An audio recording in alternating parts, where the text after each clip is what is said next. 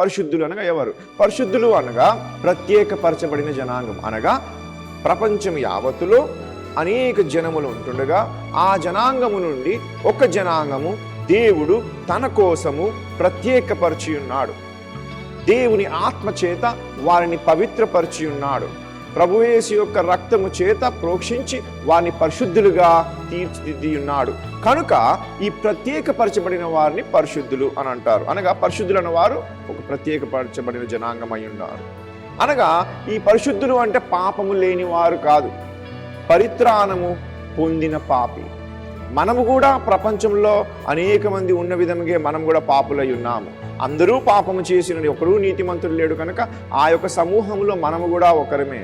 అయినను పాపము చేసి ఉన్నప్పటికీ క్రీస్తు యేసు యొక్క కార్యము వలన పరిత్రాణము పొందిన పాపులయ్యున్నప్పటికీ పరిత్రాణము చేత ప్రత్యేకపరచబడ్డాం.